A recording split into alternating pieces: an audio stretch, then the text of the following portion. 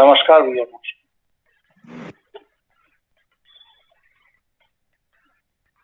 हम्म 8 बज चुका है।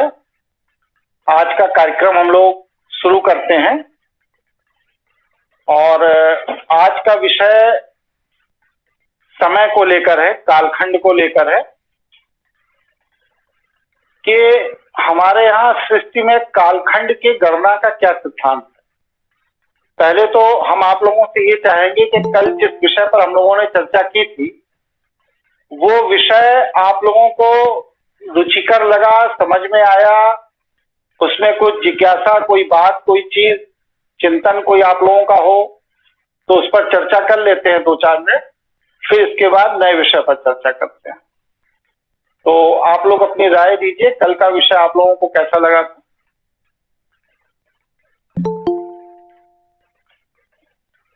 हेलो गुरुजी प्रणाम। धीरू बोल रहे हैं कानपुर से जी।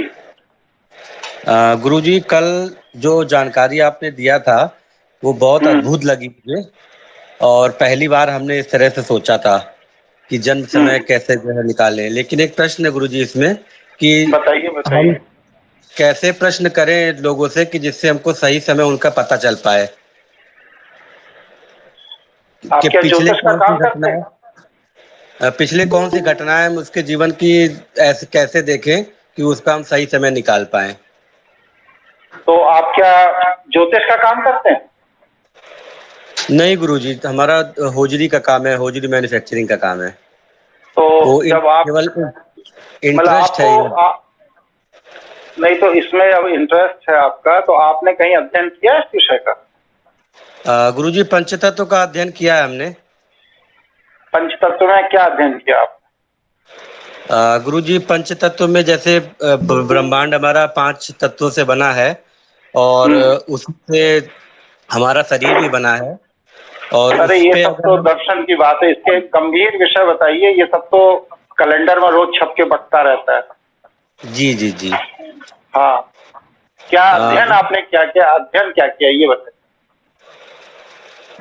गुरुजी जैसे ज्योतिष में ग्रह और नक्षत्र होते हैं उनका हमारे ऊपर प्रभाव पड़ता है, तो हर ग्रह नक्षत्र का अपना अपना स्वभाव होता है। और जिस समय रखिए समझ गया मैं आपने क्या। जी चलिए बंद करिए माइक, मुझे अपनी बात कहना। मनीष जी जुड़े हुए हैं बॉम्बे से। हेलो जी जी गुरुजी। हाँ मनीष जी, आपका जो परसों प्रश्न था कि काल की गणना को कैसे किया जाए, इस विषय पर आज का मैंने विशेष पत्र रखा है। तो सबसे पहले हम लोग अपनी बात रखते हैं सृष्टि की उत्पत्ति से। तो जो शास्त्र हमको बताते हैं वो ये बताते हैं कि सुई की नोक के 1 करोड़वें अंश की तरह एक सूक्ष्म ब्रह्म तत्व है और उस सुई की नोक के 1 करोड़वें हिस्से के बराबर जो ब्रह्म तत्व है, जब उसमें ब्रह्म ऊर्जा का प्रवेश होता है तो उससे ईश्वर की इच्छा पर ब्रह्म तत्व का विस्तार होना शुरू हो जाता है। और वह विस्तार होते होते जब ब्रह्म तत्व अपने आकार में आता है तब उसके अंदर विस्फोट होता है और उस विस्फोट के द्वारा जो उसके अंश टूटकर बिखरते हैं उनसे ब्रह्मांड की रचना। इस ब्रह्मांड में अरबों आकाशगंगाएं हैं। उन अरबों आकाशगंगाओं में अरबों अरब सूर्य हैं और उनके अपने सौर्य परिवार। इसी तरह जिस सौर्य परिवार में पृथ्वी है यह भी उसी ब्रह्म तत्व से निर्मित हुई। पृथ्वी की आयु के संदर्भ में हमारे शास्त्र ये बताते हैं कि जिस क्षण पृथ्वी का निर्माण हुआ वहां से एक कल्प की शुरुआत होती है और एक कल्प में 14 मनवंतर होते हैं। एक मनवंतर में 71 चतुर्युग होते हैं और एक चतुर्युग में 17,28,000 वर्ष का सतयुग होता है।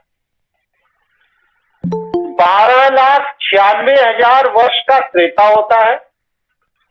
8,64,000 वर्ष का द्वापर होता है और 4,32,000 वर्ष का कलियुग होता है। इन सभी को अगर जोड़ दिया जाए तो 43,20,000 वर्ष होते हैं और इस तरह के 1,000 चतुर्युग जब बीत जाते हैं तो एक मनवंतर, एक कल्प की अवधि पूरी होती है। तो अर्थात कहने का तात्पर्य है कि 4,32,00,000,000 वर्ष का एक कल्प होता है। यहां तक आप लोगों को मेरा बात समझ में आ गई? जी जी गुरु जी। जी गुरु जी। अब इस तरह का आज के पहले जितने भी कल्प हुए हैं उसमें एक बार जब कल्प में विस्फोट होकर के सृष्टि का निर्माण हो जाता है तो उस सृष्टि का निर्माण हो जाने के उपरांत जब कल्प की अवधि पूर्ण होती है तो वह पूरा का पूरा ब्रह्मांड जो आपको दिखाई दे रहा है, सारी गैलेक्सीज के साथ, सारे सौर परिवारों के साथ, सारे ग्रहों के साथ, ये वापस समेटना शुरू हो जाते हैं और ये समेटते आपस में एक दूसरे के साथ पिंड के रूप में जुड़ते चले जाते हैं और जुड़ते जैसे सुई की नोक का 1/करोड़वां हिस्सा जहां से कल्प की शुरुआत हुई थी, कल्प के अंत में उसी सूक्ष्म रूप में यह समस्त ब्रह्मांड फिर से वापस आ जाता है और वह ब्रह्म तत्व में विलीन हो जाता है। फिर जितना कल्प की आयु होती है उतने वर्ष तक ब्रह्म विश्राम का वर्ष कहा गया है और जब वह ब्रह्म विश्राम का वर्ष पूरा हो जाता है तो पुनः फिर नए कल्प की शुरुआत होती है और यह सृष्टि का निर्माण और पुनः आपस में विलीन होने का जो क्रम है ये इसी तरह चलता रहता है।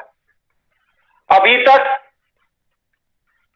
5 कल्प में 4 बीत चुके हैं और ये 5वां कल्प चल रहा है। मतलब कि जो आप देख रहे हैं इसके पहले इस तरह 4 बार घटनाएं हो चुकी हैं। अब ये 5वां कल्प इस समय चल रहा है। इस 5वें कल्प का नाम है वरह कल्प।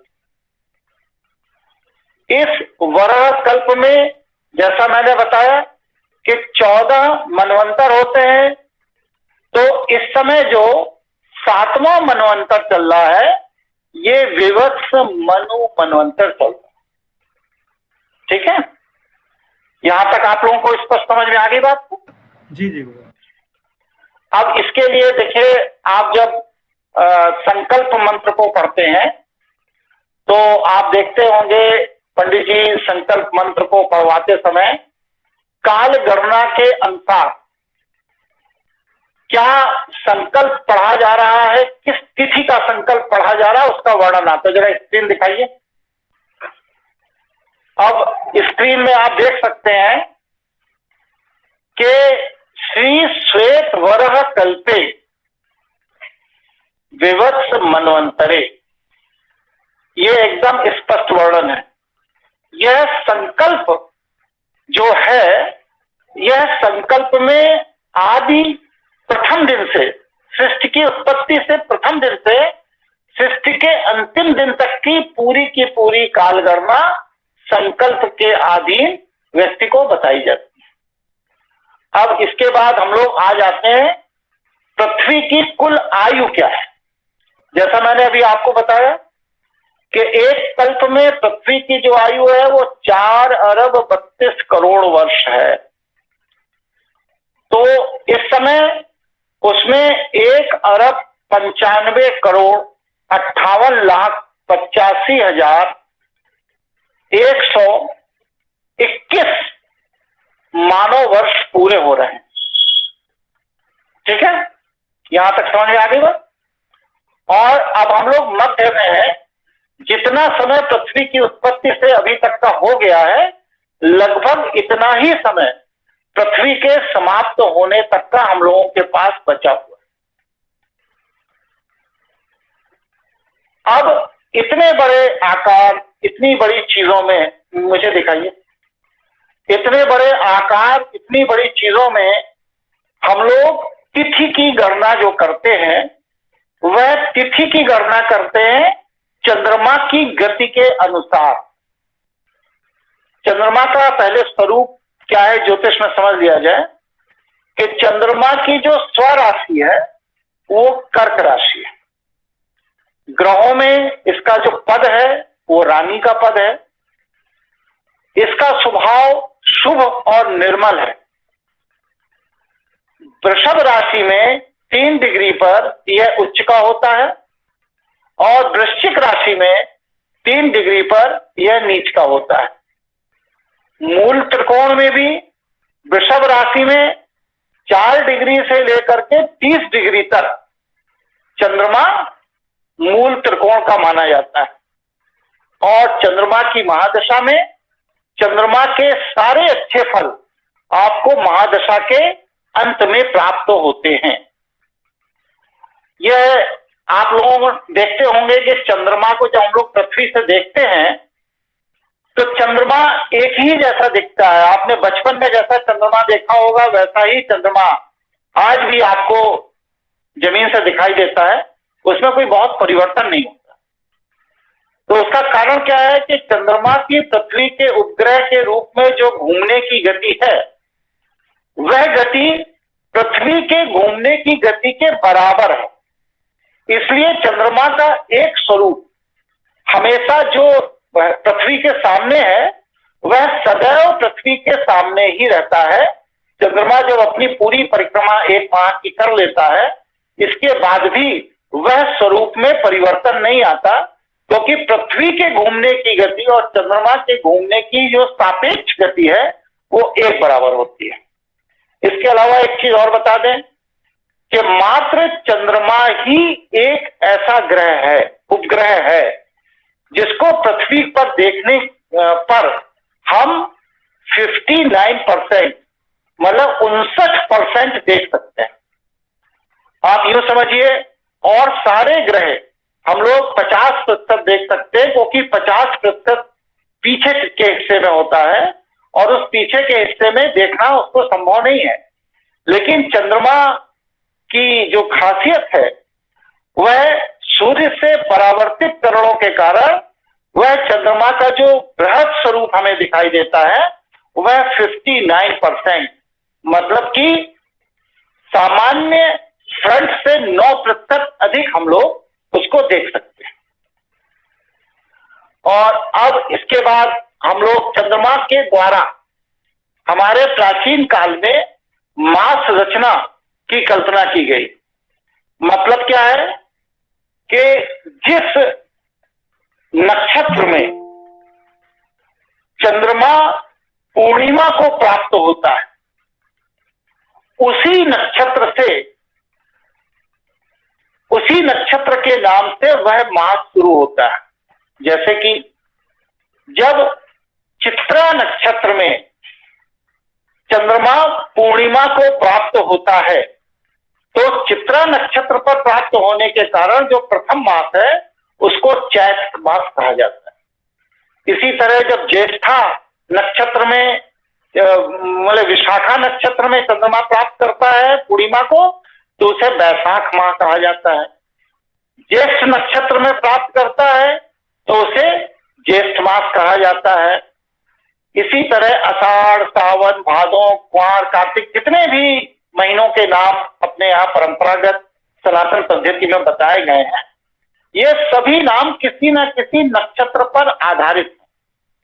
मतलब पूर्णिमा में चंद्रमा जिस नक्षत्र पर गमन करता है, उस नक्षत्र के नाम पर हमारे यहाँ सनातन मास के निर्माण की प्रक्रिया बनाई गई है ऋषियों के द्वारा। इसके बाद अब हम लोग आगे चलते हैं। तो आप देखिए, तिथि निर्माण के लिए कुछ बेसिक चीजें हैं जिनको बता देना बहुत जरूरी है।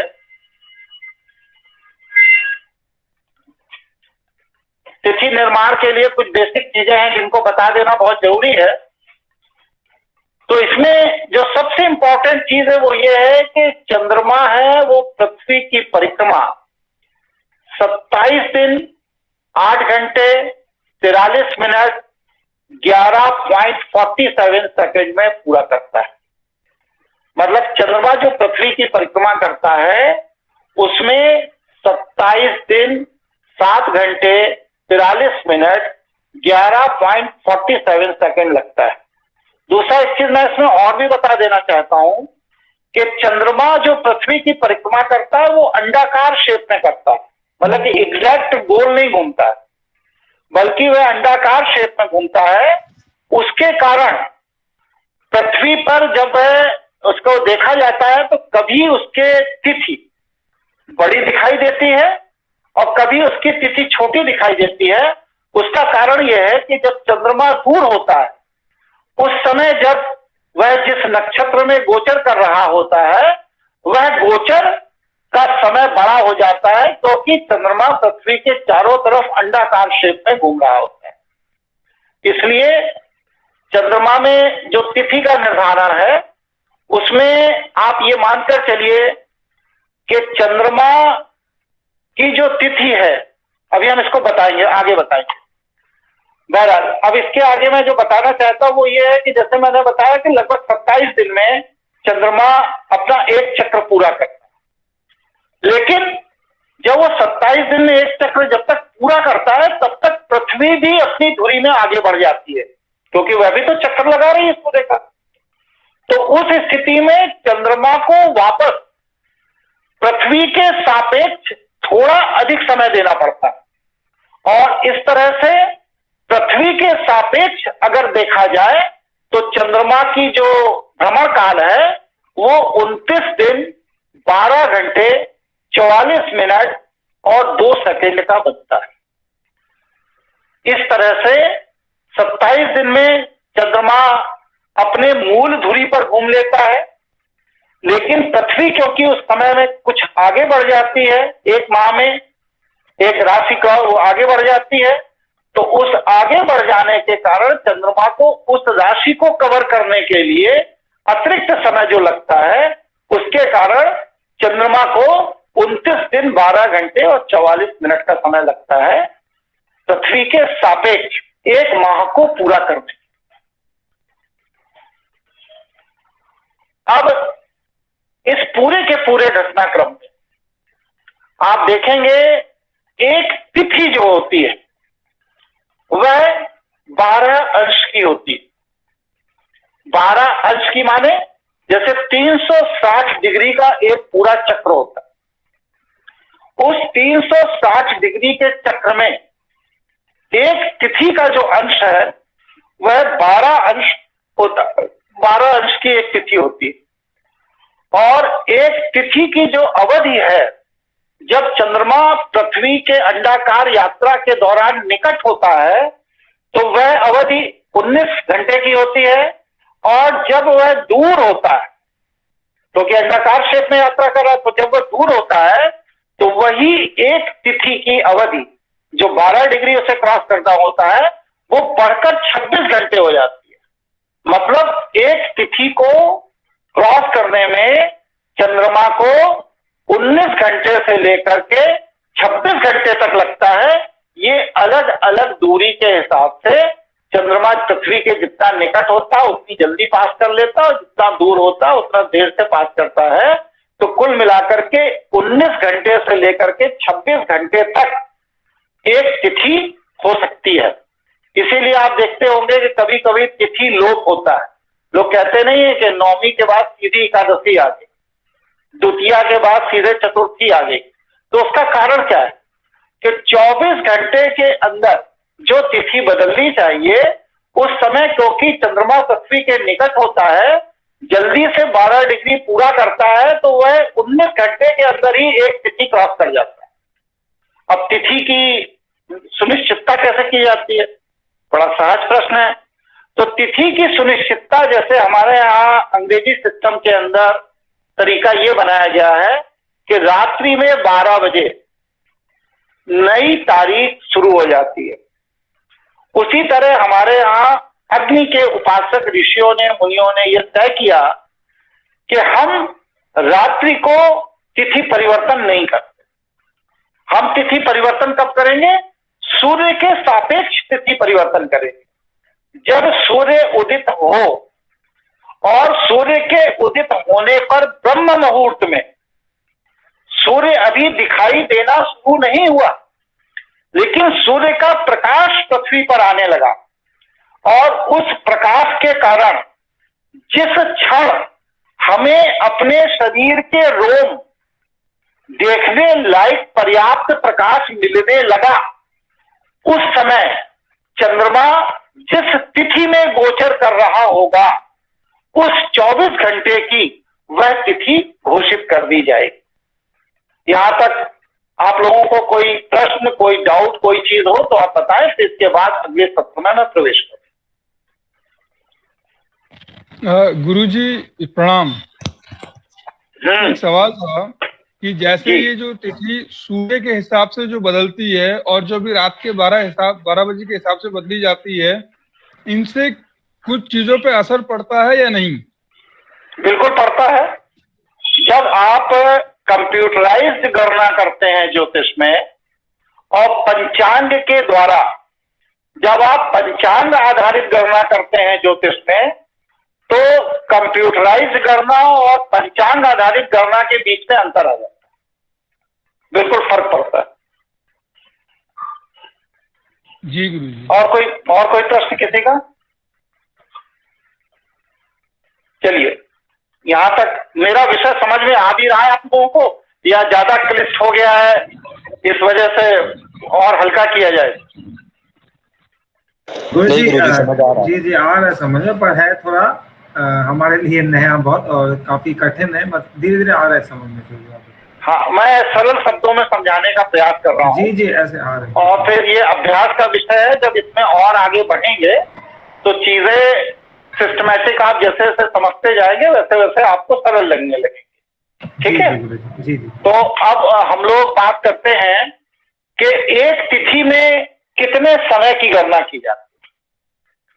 तो हमारे यहाँ जो वैदिक पद्धति है, उसमें एक तिथि में 60 घटी होता है। एक घटी बराबर वर्तमान समय में 24 मिनट के बराबर होता है। मतलब 24 मिनट और 12 मिनट मिलाकर के 60 मिनट बनता है। मतलब एक घंटे के अंदर 2.5 घटी हो जाती है।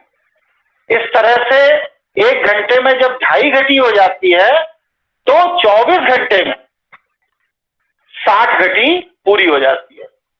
तो एक तिथि जो होती है वो 60 घटी की होती है।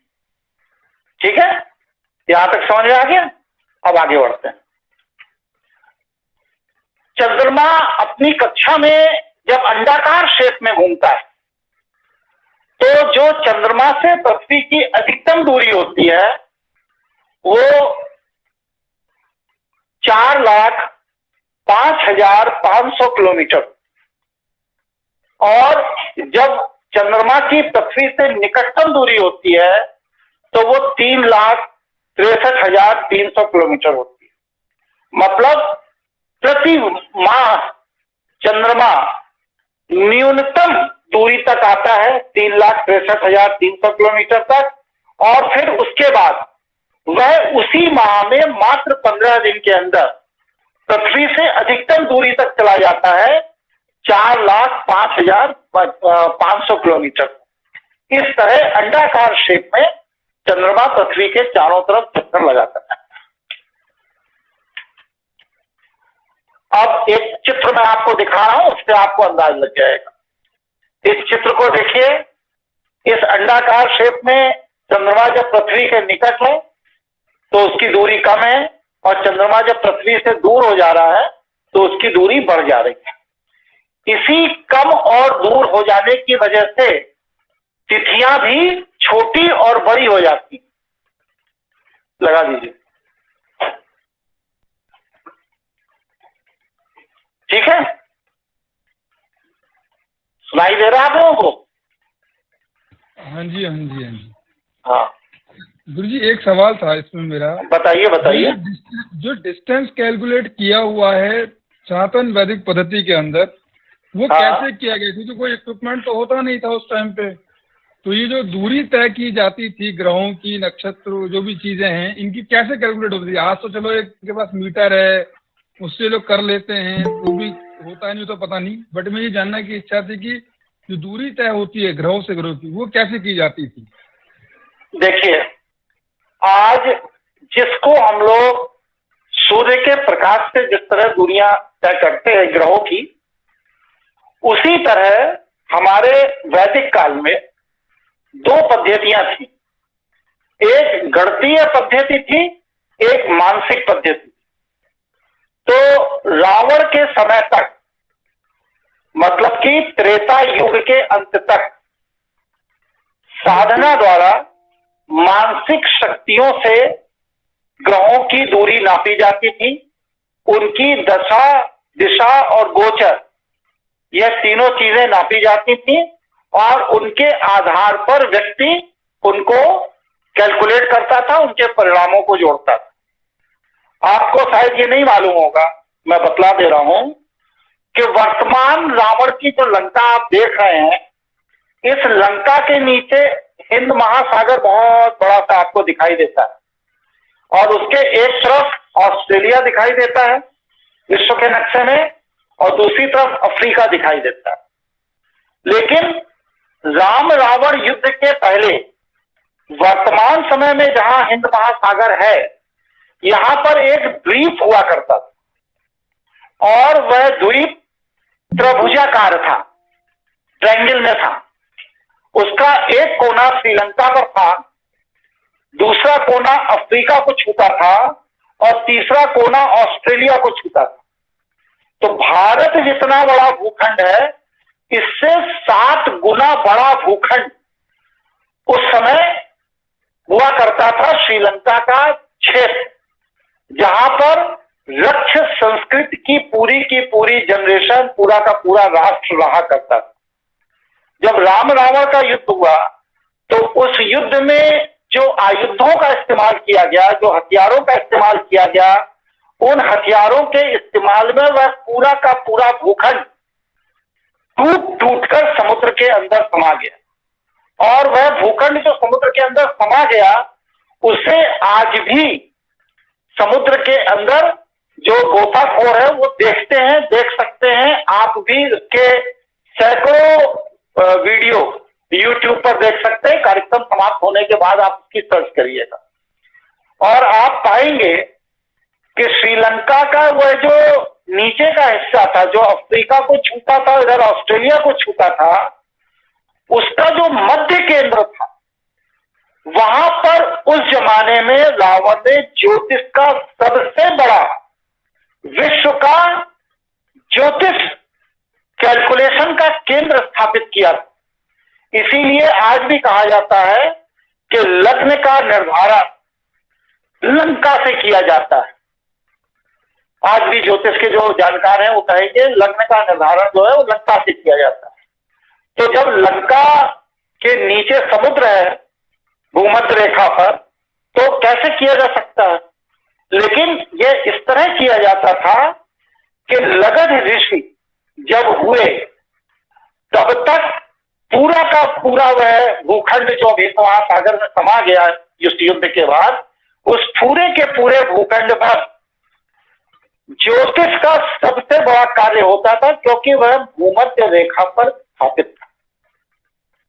और लगध ऋषि ने वहीं से ज्योतिष को प्रसारित किया, उसकी गणनाएं की, और उसकी गणना के द्वारा आज जो ज्योतिष का विकसित स्वरूप हम देख रहे हैं, इस ज्योतिष के विकसित स्वरूप का मूल बीज लगध ऋषि ने डाला था। और लगध ऋषि द्वारा, ये किसका साउंड आ रहा भाई? मम्मी हेडफोन दिए। ये भाई ये डिस्टर्ब मत करिए, नहीं तो हम ब्लॉक कर देंगे। आप लोगों को इतना तो सामान्य वो होना चाहिए। इतने गंभीर विषय में आप लोग इस तरह की ओछी हरकतें करने लगते हैं, दुख होता है मुझे। अगर नहीं गंभीरता, बिल्कुल मत ज्वाइन करिए। एक भी व्यक्ति ना आए, मैं बंद कर दूंगा कार्यक्रम। लेकिन ये नहीं मुझे बर्दाश्त है कि मैं गंभीर से गंभीर विषय पर बात कर रहा हूं और आप लोग स्पीकर ऑन करके डिस्टर्ब कर रहे हैं। अब आज के बाद से एकदम स्पष्ट समझ लीजिए कि जिस व्यक्ति ने स्पीच के दौरान गलती से या स्वेच्छा से स्पीकर ऑन किया, उस व्यक्ति को स्थायी रूप से सनातन ज्ञानपीठ की आईडी से ब्लॉक कर दिया जाएगा। क्योंकि कुछ बेवकूफों के कारण जिज्ञासुओं की जिज्ञासा पर पानी नहीं फेरा जा सकता। चलिए हम लोग अपने विषय को आगे बढ़ाते हैं। तो मैं ये कह रहा था कि किस तरह से लगध ऋषि ने वहां से इसका प्रचार प्रसार किया और पूरी की पूरी दुनिया को ज्योतिष दिया। तो लंका का वह जो क्षेत्र था, जैसे वराहमिहिर ने दिल्ली में कुतुब मीनार स्थापित किया, उसी तरह रावण ने लंका के उस भूभाग पर ज्योतिष का बहुत बड़ा केंद्र स्थापित किया था। और उस ज्योतिष अनुसंधान केंद्र का जो मुखिया था वह कुंभकर्ण था। इसीलिए कुंभकर्ण रावण के राज दरबार में कभी भी, उसका सगा भाई होने के बाद भी, उसने राज्य दरबार में कभी भी पार्टिसिपेट नहीं किया। और रात भर वह व्यक्ति जाग करके उस जमाने की खगोल दूरबीनों को, जिसका आविष्कार उसने किया था, उनके द्वारा वह नक्षत्रों को देखा करता था, ग्रहों की गति को देखा करता था, ब्रह्मांडों की गति को देखा करता था, आकाश गंगाओं की गति को देखा करता था, अंतरिक्ष वलय की गति को देखा करता था। और उनका जो चार्ट, उनका जो कैलकुलेशन बनाया करता था, उस वजह से वह दिन में जब सब लोग जग रहे होते थे तो वह सोया करता था। इसीलिए कहा जाता है कि रावण को ज्यादातर लोगों, और उसको कुंभकर्ण को ज्यादातर लोगों ने सोते हुए देखा। क्यों देखा? क्योंकि वह रात भर जग के काम करता था ग्रह नक्षत्रों पे, ज्योतिष पर। इसलिए वह दिन में विश्राम किया करता था, सोया करता था। तो ज्योतिष के जितने भी सिद्धांत रावण के राज्य में, रावण संहिता में दिए गए हैं, इन सारे सिद्धांतों की खोज करने वाला इनका जो जनक था वह कुंभकर्ण था। यहां तक आप लोगों को मेरा विषय समझ में आ गया? जी गुरु। हेलो हेलो जी गुरु जी। आ गया? चलिए, तो अब आगे बढ़ा जाए। कोई प्रश्न यहां तक हो तो बता दीजिए, फिर इससे आगे बढ़ते हैं। हमको हेलो गुरुजी, उस द्वीप का नाम क्या बताया? इस पर मेरे जो लेख है, आप लोग मेरी वेबसाइट तो विजिट करते नहीं है। इस पर मैंने दर्जनों लेख लिखे हैं। आप लोग मेरी वेबसाइट पर जाइए, वहां पर सब कुछ लिखा हुआ है। पढ़िए, देखिए, समझिए, जानिए। जो चीजें मैं आज आपको मौखिक रूप से बता रहा हूँ, ये आज से 6 साल 8 साल पहले मैंने लिख करके अपने वेबसाइट पर डाल दिया। उन लेखों को पढ़िए, उसमें आपको सारी जानकारी प्राप्त हो जाएगी। चलिए अब हम लोग आगे बढ़ते हैं। अब चंद्रमा जब पृथ्वी के निकट और दूर होता है तो उस स्थिति में चंद्रमा का जो यात्रा का क्रम है, उस यात्रा के क्रम में भी परिवर्तन हो जाता है, अनिश्चितता हो जाती है। हम लोग उसे अनिश्चितता इसलिए कहते हैं क्योंकि हमें एक जैसा नहीं दिखाई देता, लेकिन ऐसा नहीं है। चंद्रमा एक बहुत ही व्यवस्थित गति से धीरे धीरे धीरे धीरे चलता है और एक निश्चित क्रम से पृथ्वी के निकट आता है। इस तरह वह चक्र पूरा करता है। अभी मैंने आपको बताया कि जब जिस नक्षत्र में चंद्रमा पूर्णिमा को प्राप्त करता है, उस माह का नाम उसी नक्षत्र के अनुसार हो जाता है। जैसे कि चित्रा नक्षत्र में यदि वह पूर्णिमा को प्राप्त करता है तो कहते हैं चैत्र माह लग गया। विशाखा नक्षत्र में प्राप्त करता है तो कहते हैं बैसाख माह लग गया। ज्येष्ठा नक्षत्र में प्राप्त करता है तो हम कहते हैं जेठ माह लग गया। इसी तरह 12 महीने की जो कल्पना है वो इस तरह से होती है।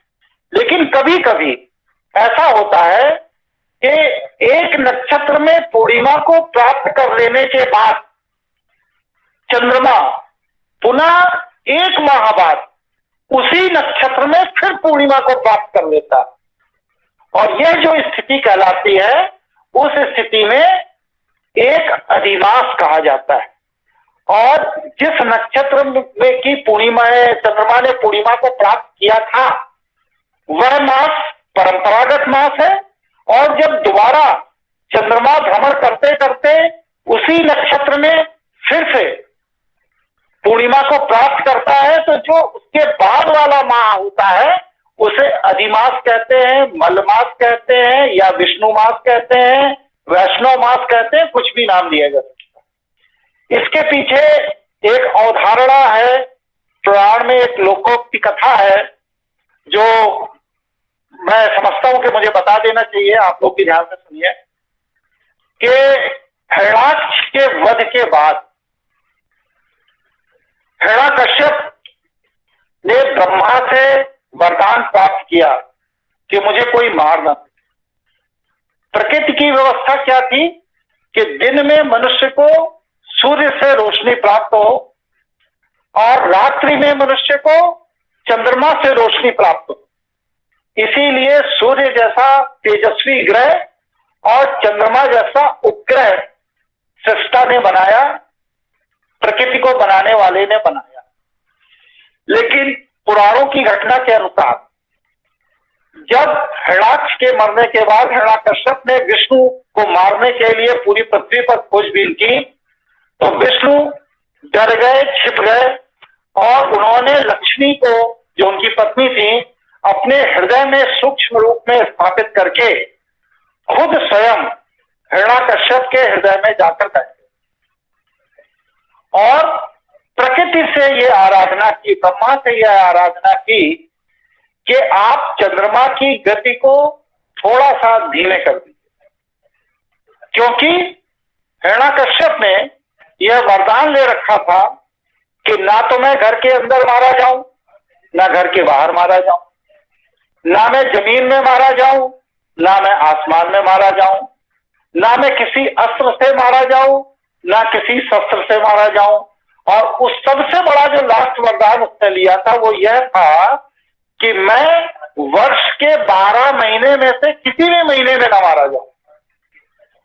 तो हिरण्यकश्यप के वध के लिए विष्णु के आग्रह पर सृष्टा ने चंद्रमा की गति को धीमा किया, और उसके परिणाम स्वरूप 3 वर्ष के बाद जब चंद्रमा की गति धीमी हुई तो एक अधिमास का निर्माण हुआ। मतलब उस वर्ष 12 की जगह 13 महीने हो गए, और जब 12 की जगह 13 महीने हो गए तो ब्रह्मा के वरदान 13वें महीने के लिए नहीं था, इसलिए उस 13वें महीने में विष्णु ने नरसिंह अवतार लिया और हिरण्यकश्यप को उसके महल के चौखट पर मार दिया, जिसे ब्रह्मा के वरदान से अगर आप कंपेयर करके देखेंगे तो आप पाएंगे कि ना तो वह घर के अंदर मारा गया, ना घर के बाहर मारा गया, वह चौखट पर मारा गया, ना वह जमीन पर मारा गया, ना आसमान में मारा गया, वह नरसिंह के जंघा पर मारा गया, ना वह अस्त्र से मारा गया, ना शस्त्र मारा गया, वह नरसिंह के नाखूनों द्वारा पेट को फाड़ देने से मारा गया। और वर्ष के 12 महीने में से किसी भी माह में नहीं मरा, वो अधिमास में मरा। और वही क्रम आज भी चलता चला आ रहा है। इसीलिए चंद्रमा की गति के धीमे हो जाने के कारण यह कृष्ण पक्ष और शुक्ल पक्ष का उदय हुआ। चंद्रमा सूर्य के समानांतर नहीं रह गया, इस वजह से चंद्रमा अपनी 16 कलाएं दिखाता है, मतलब वह धीरे धीरे धीरे धीरे घटता है और विलुप्त होता है, फिर धीरे धीरे धीरे धीरे बढ़ता है। इसके साथ आपको एक चीज और बता दें कि 2 वर्ष 8 महीने 16 दिन में यह अधिवास आता है, जब पूरा का पूरा चंद्रमा एक नक्षत्र में पूर्णिमा को प्राप्त कर लेने के बाद पुनः फिर उसी नक्षत्र में पूर्णिमा को प्राप्त करता है, तो एक अधिमास से दूसरे अधिमास के बीच की जो अवधि है वह 2 वर्ष 8 महीने 16 दिन है। तो इस तरह से लगभग 2.25 वर्ष बाद हमारे यहाँ अधिमास पड़ता है। आप लोगों ने इस चीज को महसूस किया होगा।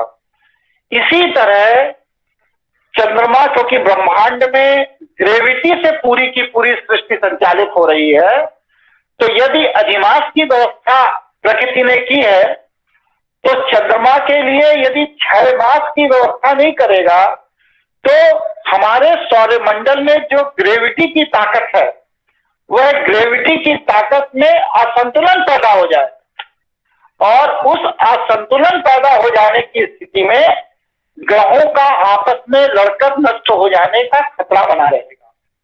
इसलिए प्रकृति ने ऐसी व्यवस्था की है कि जब 2 वर्ष 8 माह बाद अधिमास होता है, उसी तरह एक निश्चित अवधि के बाद 6 मास होता है। 6 मास माने जैसे तिथि का विलोप होता है कि द्वितीया के बाद तृतीया ना आकर सीधे चतुर्थी आ जाती है, उसी तरह 6 मास में एक मास चैत के बाद बैसाख ना आकर के सीधा ज्येष्ठ आ जाता है, या इसी तरह इस क्रम में चीजें चलती रहती।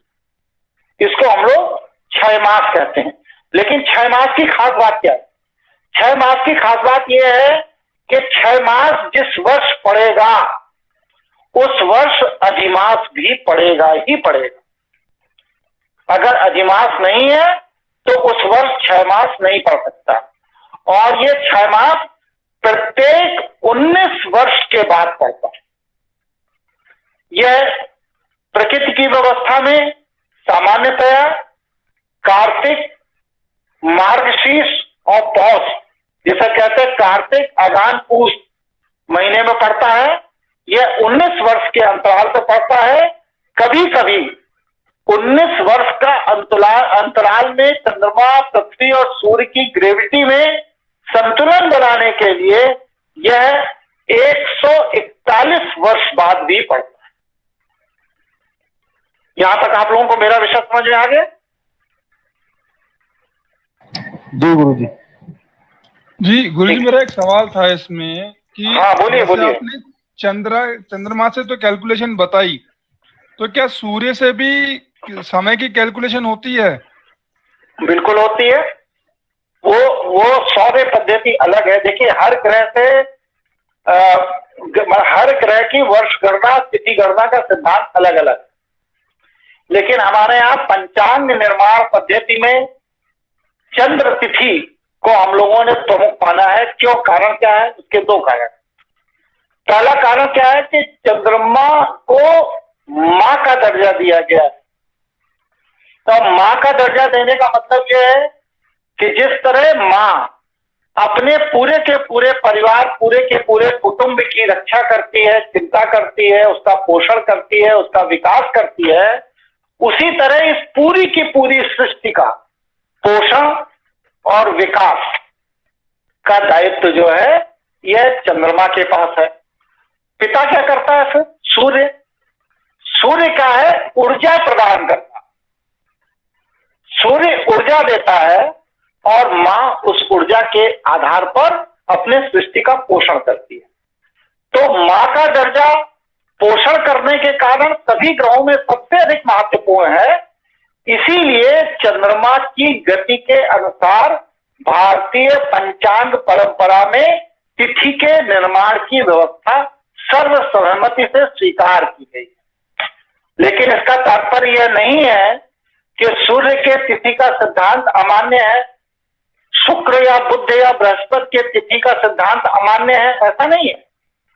लेकिन सर्वमान्य विद्वानों ने, ऋषियों ने, मुनियों ने, चिंतकों ने जब सारे सिद्धांतों की समीक्षा की, तब उन लोगों ने ये पाया कि महारचना ऋतु रचना के अनुसार चंद्रमा के सिद्धांत का ही सर्वमान्य स्वीकृति प्रदान किया जाना सर्वोत्तम रहेगा। इसीलिए चंद्रमा के द्वारा तिथि और उस तिथि से मास के रचना का निर्माण हमारे यहाँ हमारी सामाजिक व्यवस्था में सनातन पद्धति में स्वीकार किया गया। और कोई प्रश्न किसी का? गुरुजी एक प्रश्न है जी, बताइए। ग्रहों को देवताओं का दर्जा या देवता कहना क्या उचित है? वो अलग विषय है, वो अलग विषय है। उस पर जब मैं आगे दूंगा क्लास तो दूंगा कि ग्रहों को देवताओं का दर्जा देने की व्यवस्था कैसे आई, कहां से आई और उसके क्या लाभ हुए, क्या हानि हुए, इस पर चर्चा के लिए मैं विशेष क्लास लूंगा। आज हम तिथि रचना पर बात कर रहे हैं, ठीक है? हाँ, एक प्रश्न मेरा है। हाँ, कि आजकल जो हर त्योहार को 2-2 बार मनाने की जो सभ्यता स्टार्ट हो गई है, उसकी गणना ये लोग अलग अलग तरीके से करते हैं। कुछ लोग अलग गणना करते हैं कि आज जन्माष्टमी, कुछ लोग कहते हैं कि कल जन्माष्टमी है।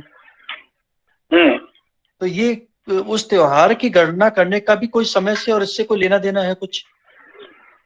देखिए मनीष जी, दो चीजें एकदम स्पष्ट समझ लीजिए। पहला चीज क्या है कि हमारे यहाँ जो जीवन शैली है भारत की, ये प्रकृति आधारित शैव जीवन शैली है, जिसमें भगवान शिव अधिष्ठाता देवता है और उन अधिष्ठाता देवता के अनुसार प्रकृति पर आधारित जीवन शैली को शैव जीवन शैली कहा जाता है। लेकिन वैष्णव जीवन शैली का जब भारत में आगमन हुआ, जैसे इस समय ईसाइयों का आगमन हो रहा है, मुसलमानों का आगमन हो रहा है, या और दूसरे धर्म प्रचारकों का आगमन हो रहा है, उसी तरह कैस्पियन सागर जो कि यूरोप में है, वहां से आक्रांता के रूप में जब वैष्णव हाथ में तलवार लेकर के यहाँ पर घुसे आर्यावर्त में, तो उन्होंने यहाँ के शैव जीवन शैली को हटा करके वैष्णव जीवन शैली की स्थापना की। अब वो जब वहां से आए तो वहां पर ठंड बहुत पड़ती थी यूरोप में, तो ठंड अधिक पड़ने के कारण वो अग्नि को अपना देवता मानते थे और उन्होंने उस परंपरा को भारत में आकर भी लागू बनाए रखा।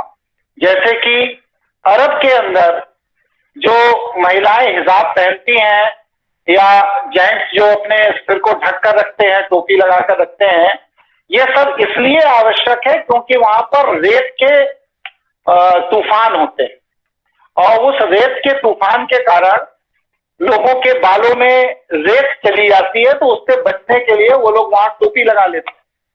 महिलाएं अपने चेहरे को ढक लेती हैं जिससे कि रेत का चिपक न जाए।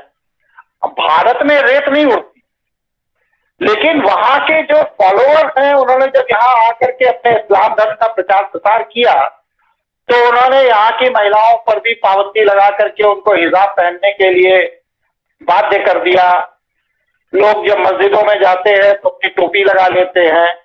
ठीक उसी तरह वैष्णव परंपरा के लोग जब भारत आए तो वहां पर उनके जीवित रहने का जो मूल स्रोत था वो अग्नि थी, क्योंकि उस आग की गर्मी में ही वह अपने आप को बचा सकते थे, सुरक्षित रख सकते थे। इसलिए उस अग्नि की उपासना की पद्धति उन्होंने भारत में आकर के यहाँ के लोगों के बीच में थोप दी और थोप देने के बाद उसको भारत के परंपरागत आयुर्वेद जो कि वनस्पति आधारित था उसके साथ उसका कॉम्बिनेशन बनाकर वैज्ञानिक तरीके से यह सिद्ध कर दिया कि हवन पूजन आदि से व्यक्ति को तरह तरह के लाभ प्राप्त होते हैं।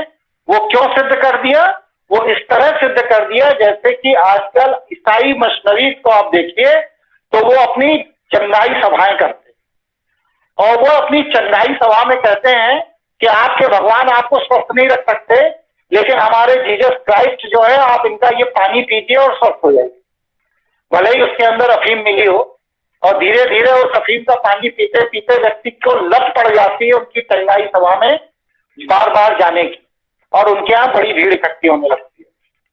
ठीक इसी तरह वैष्णव लोगों ने यहाँ के जो वनस्पति आधारित आयुर्वेद सिद्धांत थे उनकी हवन सामग्री बना करके यहाँ के लोगों को हवन करने के लिए प्रशिक्षित किया, बाध्य किया, और उस प्रशिक्षित बाध्य करने के बाद यहाँ का बहुत बड़ा वर्ग वैष्णव लोगों के साथ हो गया, क्योंकि वैष्णव संस्कृति पूरी की पूरी तरह से व्यवसाय आधारित संस्कृति थी, नगरीय संस्कृति थी। इसलिए लोगों को अपने भोग विलास, अपनी सुविधा के लिए संसाधन बिना किसी प्राकृतिक संघर्ष के जब वैष्णव व्यवसायियों द्वारा, वैष्णव शासकों द्वारा उपलब्ध कराए जाने लगे तो समाज का बहुत बड़ा वर्ग जाकर के वैष्णव लोगों के साथ हो गया। जैसे कि वर्तमान समय में नेपाल का 80% नेपाली आर्थिक कारणों से चीन के साथ खड़ा हो गया, जो आज से 25 साल 30 साल पहले भारत के साथ खड़ा था। आज वह व्यवसायिक दृष्टिकोण से चीन के सहयोग के कारण आज वहां पर 80% आदमी चाइनीज बोलता है और वो लोग चीन के साथ चले। हमारी नीति और हमारी जो पॉलिसीज रही, हम लोग उनको अपने पास नहीं रख पाए, समेट नहीं पाए, और अगर यही चलता रहा तो अगले 30 साल बाद नेपाल चीन का हिस्सा हो जाएगा। ठीक इसी तरह वैष्णव लोगों ने जब यहाँ के बहुत बड़े समाज को गुरुकुल के माध्यम से प्रशिक्षित करके अपने अधीन कर लिया, अपने साथ जोड़ लिया, तो उन्होंने शैव संस्कृति के समानांतर वैष्णव संस्कृति की स्थापना की। और पंचांग में आप देखते होंगे कि कहा जाता है जन्माष्टमी व्रत जन सामान्य के लिए, मतलब शैवों के लिए, और जन्माष्टमी व्रत वैष्णव के लिए। यह दो अलग अलग तिथि एक दिन आगे पीछे होती है। तो ये जो अलग अलग तिथियों का निर्माण करने की परंपरा है, ये शैव संस्कृति को नष्ट करके वैष्णव संस्कृति को स्थापित करने के दृष्टिकोण से वैष्णव द्वारा शुरू की गई, जिसको अब बहुत बड़े पैमाने पर डिजिटलाइजेशन हो जाने के कारण लोग इसका इस्तेमाल करते हैं। और कोई कुछ कहना चाहता है? बहुत बढ़िया, अद्भुत। इसका गुरु जी, जो वेस्टर्न कंट्री का आज हम जिसको बोलते हैं वेस्टर्न सिविलाइजेशन और वेस्टर्न सिविलाइजेशन दोनों कॉमन ही है सर, इसमें कोई मेजर डिफरेंस नहीं है।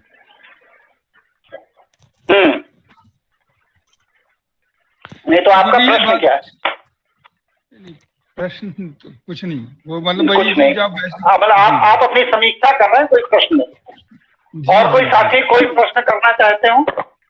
जी गुरुजी, एक चीज समझ नहीं आई जी, जो आपने बताया कि अग्नि जैसे हवन करते हैं हम लोग, वो वहां से वो यूरोपियन लोग आए, उन्होंने दिखा, लेकिन जो हमने बचपन में पढ़ा ऋषि मुनि हवन करते थे, तो ये अब जो हवन हम घर में कराते हैं, क्या उचित है अभी भी करना सर?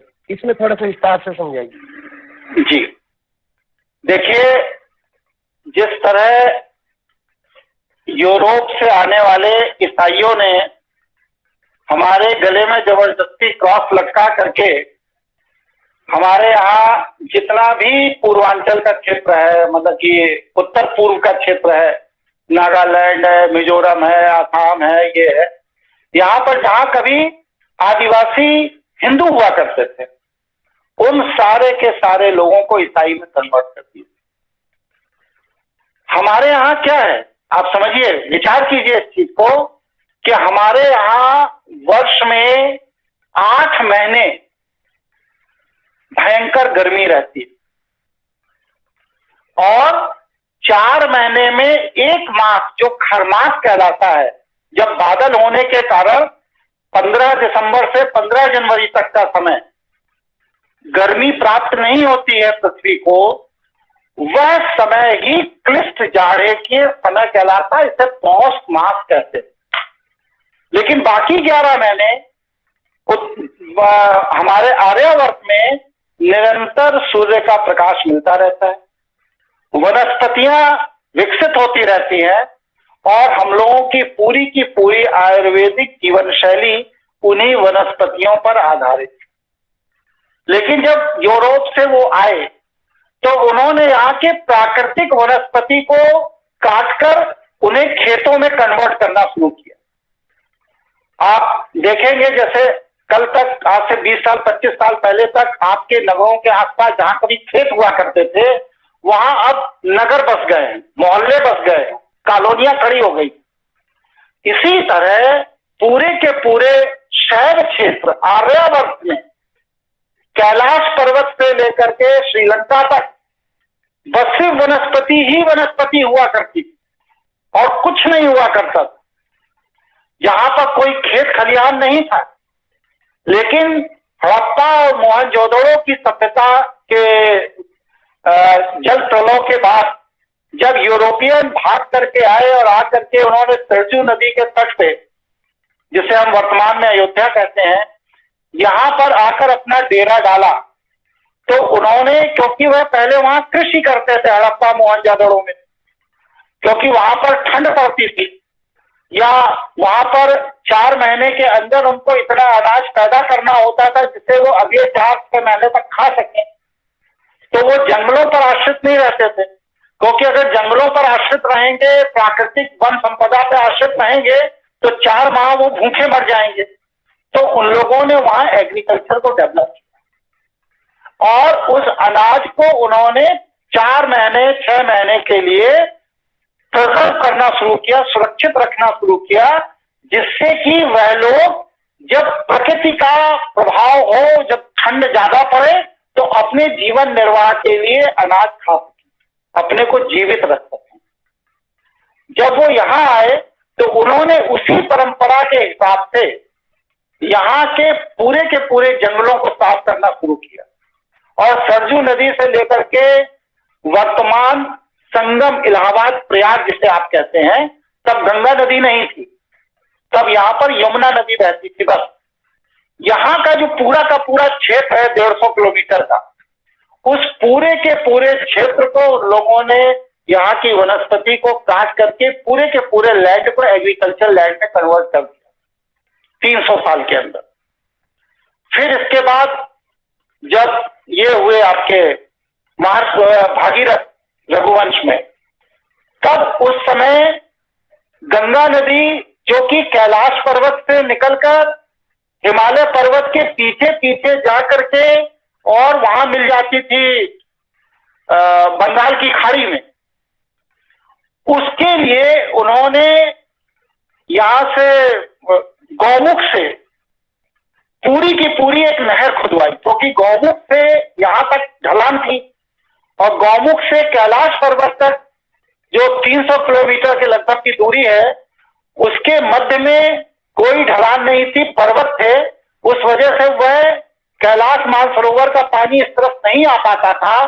तो भागीरथ ने पूरा प्रयास करके उस नहर को खुदवाया और उस नहर को खुदवा करके वहां से धीरे धीरे पानी को लाए और ला करके उस पानी को उन्होंने जो अपने एग्रीकल्चर के पॉइंट ऑफ व्यू से भारत के अंदर गंगा का जो प्रवेश किया, वह धीरे धीरे पृथ्वी के ढलान के अनुरूप स्थान परिवर्तन करता हुआ जाकर के हिमालय पर्वत के पश्चिमी, मतलब कि वो उत्तरी हिस्से के स्थान पर हिमालय पर्वत के दक्षिणी हिस्से से गंगा नदी बहने लगी और इस तरह गंगा जा करके जहां से कभी यमुना इलाहाबाद में बहती थी, उस नदी के साथ उसने संयोग कर लिया और यमुना नदी पूरा बंगाल की खाड़ी तक जाती थी, उसके साथ उसी मार्ग से वह जाकर के बंगाल की खाड़ी में गिरने लगी। इस तरह से सरजू नदी और गंगा नदी के बीच का जो द्वावा बना, वह द्वावा ने वैष्णव को भारत में पनपने के लिए बहुत बड़ा एग्रीकल्चर लैंड प्रोवाइड किया और इस पूरे के पूरे एग्रीकल्चर लैंड का उन लोगों ने जब इस्तेमाल किया, तो उस इस्तेमाल को करने के बाद उन्होंने यहाँ पर जो सबसे पहली यूनिवर्सिटी स्थापित की वैष्णव ने, वह नैमिषारण्य में स्थापित की। वहां पर 88,000 टीचर हुआ करते थे उनके, जिनका काम ही यही था कि लोगों को प्रशिक्षित करना, जगह जगह गांव गांव में उसको भेजना और भेज करके गांव गांव में गुरुकुलों की स्थापना करना और लोगों को शैव जीवन शैली से वैष्णव जीवन शैली की ओर मोड़ना। और व्यक्ति जब शैव जीवन शैली से वैष्णव जीवन शैली की ओर मुड़ता था तो उसे क्या होता था, उसे 3 लाभ होते थे।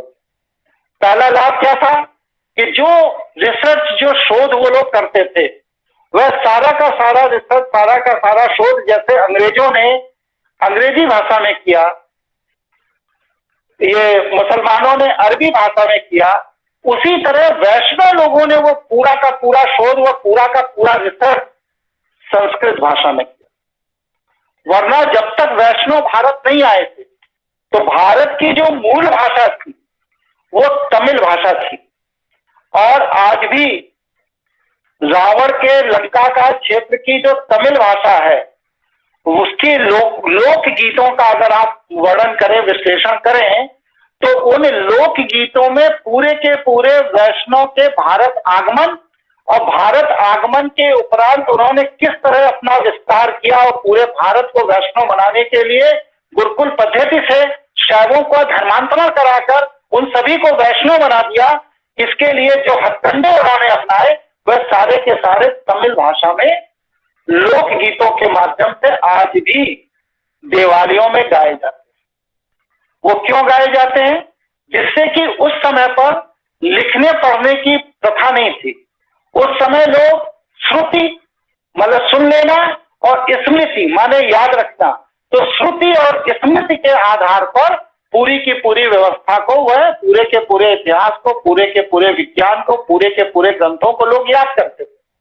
लेकिन जब इंद्र के षड्यंत्र के कारण, इंद्र के बहकाने पर राम ने 300 वैष्णव राजाओं की सेना के साथ रावण का समूल नाश कर दिया, तो इसके साथ ही पूरे के पूरे भारत में कर्क रेखा के नीचे का जो पूरा क्षेत्र था, जहां के गुरुकुलों का पोषण रावण करता था, वह सारे के सारे गुरुकुल खत्म कर दिए गए। तमिल भाषा का प्रादुर्भाव जहां वो प्रयोग जहां होता था वहां तक संस्कृत प्रयोग की जाने लगी और धीरे धीरे पूरा का पूरा भारत वैष्णव संस्कृति में बदल गया। इसलिए वैष्णव संस्कृति को बढ़ावा देने के लिए, वैष्णव संस्कृति के जीवन शैली को बढ़ावा देने के लिए आज हम लोग जब उनका अध्ययन करते हैं, विश्लेषण करते हैं, तो इतिहास का वह बहुत बड़ा पोर्शन, वह बहुत बड़ा वैक्यूम हम लोगों को इतिहास में कहीं दिखाई नहीं देता कि कैसे रातों रात सारे के सारे शहर वैष्णव हो गए। ठीक है, गुरु जी एक चीज हो रहा है जी, फिर इसका मतलब ये हुआ कि संस्कृत भाषा से पहले की भाषा वो तमिल भाषा संस्कृत भाषा से पहले की भाषा है? जी हाँ जी जी। अनादि भाषा जो है, जो कैलाश पर्वत से निकल कर आई है, वो तमिल ही है। और कोई साथी कोई प्रश्न करना चाहते हैं? गुरुजी एक छोटा सा मेरा सवाल था। ऐसा आपने बताया कि पूरे वैष्णव सभ्यता ने शैव सभ्यता को खत्म कर दिया, पर मैंने आज कुछ मतलब ऐसे घूमता रहता तो मैंने चीज देखी कि कई सारे ऐसे मंदिर अभी भी मौजूद हैं जिनके अंदर सिर्फ 8-8, 10-10 शिवलिंग बनाकर और मेन शिवलिंग रखे हुए हैं। तो फिर ये शैव सभ्यता को चलाने वाले और कौन बचे थे? फिर वो कैसे चली आई अभी तक? मतलब मंदिर जाए 100 साल पुराने नहीं है वो गुरुजी। ये ऐसे चली आई कि जैसे यूरोपियन ने जाकर के अमेरिका के जो मूल निवासी रेड इंडियन थे, उन 12 करोड़ लोगों को वायरस बाढ़ से मार डाला पिछले 300 सालों। लेकिन इसके बाद भी अभी भी अमेरिका का जो आदिवासी क्षेत्र है उसमें रेड इंडियन माया प्रजाति के लोग आज भी निवास करते हैं और वह अपनी पूरी की पूरी जीवन शैली को अपनी संस्कृति के अनुरूप ही जीते हैं। ये समझ लीजिए कि कभी भी कोई भी मौलिक संस्कृति नष्ट नहीं होती। इसलिए हमारे यहाँ जो शैव संस्कृति थी, वो शैव संस्कृति अनादि है, अनंत है और सारी संस्कृतियां उसके बाद पैदा हुई हैं और इस शैव संस्कृति के विलुप्त होने का कोई मतलब तब तक नहीं है जब तक कि सृष्टि ही समाप्त ना हो जाए। अब यह अंश रूप में, छोटे रूप में, टुकड़ों के रूप में जगह जगह पाया जाता है, लेकिन अभी भी क्योंकि मनुष्य का जो मौलिक स्वभाव है वह शैव संस्कृति के अनुरूप है। आज हमको जितने भी रोग होते हैं वो सब वैष्णव भोजन को करने से होते हैं। यदि हम फल फूल आधारित शैव भोजन का पोषण करते हैं तो हमें किसी भी चिकित्सक की आवश्यकता नहीं होती। लेकिन जब हम दाल खाते हैं, गेहूं खाते हैं या कोई भी ऐसी चीज खाते हैं जो किसी खेत में अनाज के रूप में पैदा की जाती है तो वह 1000 रोगों की जनक होती है। ठीक है जी और कोई बात? मनीष जी, गुरुजी, मनीष अग्रवाल जी। हाँ जी, हाँ, आप मेरे विचार से कहाँ तक सहमत है भाई? बिल्कुल बिल्कुल, बहुत बढ़िया सहमत है? विश्लेषण करके आपने समझाया, पूरा समझ में आया, बहुत अच्छा लगा। चलिए, तो और कोई प्रश्न ना बचा हो तो फिर आज का समापन किया जाए, क्योंकि 9:10 हो रहे हैं। और गुरुजी एक प्रश्न था जी, बताइए। जी गुरुजी, ये जो शुक्ल पक्ष और चंद्र पक्ष है, थोड़ा सा ये समझा दीजिए कि जैसे पूर्णमासी आती है तो ये कितने दिन का होता है, कैसे कैसे हम इसको जान पाएंगे? अमावस्या से पूर्णिमा की तरफ जब हम बढ़ते तो ये शुक्ल पक्ष कहलाता है, और पूर्णिमा से जब फिर अमावस्या की तरफ बढ़ते हैं तो यह कृष्ण पक्ष कहलाता है। एक महीने में यह दोनों 15-15 दिन का होता है, क्योंकि चंद्रमा की जो गति है उसके अनुसार पूर्णिमा से अमावस्या तक पहुंचने में चंद्रमा को 15 दिन लगते हैं, और इसी तरह अमावस्या से पूर्णिमा तक पहुंचने में चंद्रमा को 15 दिन। ठीक है, धन्यवाद गुरु। चलिए गुरुजी नमस्ते। हाँ बताओ बेटा। गुरुजी, ये जैसे शिव भगवान जी और विष्णु भगवान जी, तो दोनों को एक साथ मानना, जैसे आपने कहा था कि दोनों को आप मानना, दोनों मान सकते हो क्योंकि दोनों एक ही जैसे ही है, तो नहीं, ना। अच्छा, दोनों अलग अलग ऊर्जाएं। ये मैं कभी किसी से नहीं कहता है कि विष्णु और शिव एक।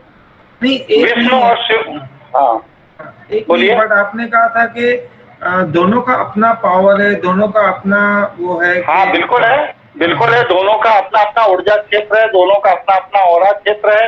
इस संदर्भ में शैव बनाम वैष्णव का कभी हम स्पेशल सत्र ले लेंगे। उस सत्र में हम स्पष्ट कर देंगे कि शैव और वैष्णव की ऊर्जा किस तरह काम करती है, शैवों की ऊर्जा कैसे काम करती है और वैष्णव की ऊर्जा कैसे काम करती है। वो एक बड़ा विषय है, उसमें भी लगभग घंटे सवा घंटे का सत्र लेना पड़ेगा। तो एक इंसान अभी दोनों चीजों को मान सकता है, शिव को भी विष्णु को भी, कि एक ही को मानना चाहिए? मानने को तो लोग साईं बाबा को भी मान ले रहे हैं, जीसस क्राइस्ट की भी मूर्ति लगने लगी है मंदिर में। मना कहाँ है, आप किसी को भी मानते रहिए। लेकिन जब भी देव ऊर्जाओं के वैज्ञानिक सिद्धांत की चर्चा होगी, जब कभी भी, तो उन वैज्ञानिक सिद्धांत में कभी भी वैष्णव और शैव, ये दो ऊर्जाओं को समानांतर एक साथ मानने की आज्ञा कोई भी ग्रंथ नहीं देगा। ठीक है जी। चलिए, नमस्कार भाई सभी साथियों को। आज का सत्र पूरा हुआ और कल जी गुरुजी, एक ना आपसे मेरी विनती है कि विश्वकर्मा जी के ऊपर भी एक लेख लिखिए, जहाँ हमें थोड़ा सा विस्तार से समझाइए। आज तक हमें पता नहीं चल पाया जी, विश्वकर्मा जी कैसे, मान लो इनके बारे में कोई डिटेल मुझे नहीं पता जी। तो उसके लिए अध्ययन करिए, और अध्ययन करने के बाद जब कोई प्रश्न हो तो बताइए। पढ़ने की आदत डालिए। अकेले हम ही से पूछ पूछ के काम कहाँ तक चलाएंगे भाई आप लोग। गुरु जी, हमने काफी बुद्धिजीवियों से बात हुई है, लेकिन कोई डिटेल में आज तक विश्वकर्मा जी के बारे में विस्तार से नहीं समझा पाया जी, क्योंकि हम विश्वकर्मा डे मनाते हैं। चलिए, मनाने को तो लोग जीसस क्राइस्ट का भी बर्थडे मनाने लगे हैं, क्या किया। चले, आज का सत्र पूरा हुआ। सभी साथियों को नमस्कार। और कल के सत्र के लिए संभवतः कल मैं शाम को एक टीवी प्रोग्राम में जाऊंगा, तो कल शाम का सत्र मैं नहीं लूंगा, लेकिन हम लोग परसों वाले सत्र में फिर भेंट करेंगे। नमस्कार। प्रणाम। प्रणाम। प्रणाम गुरुजी।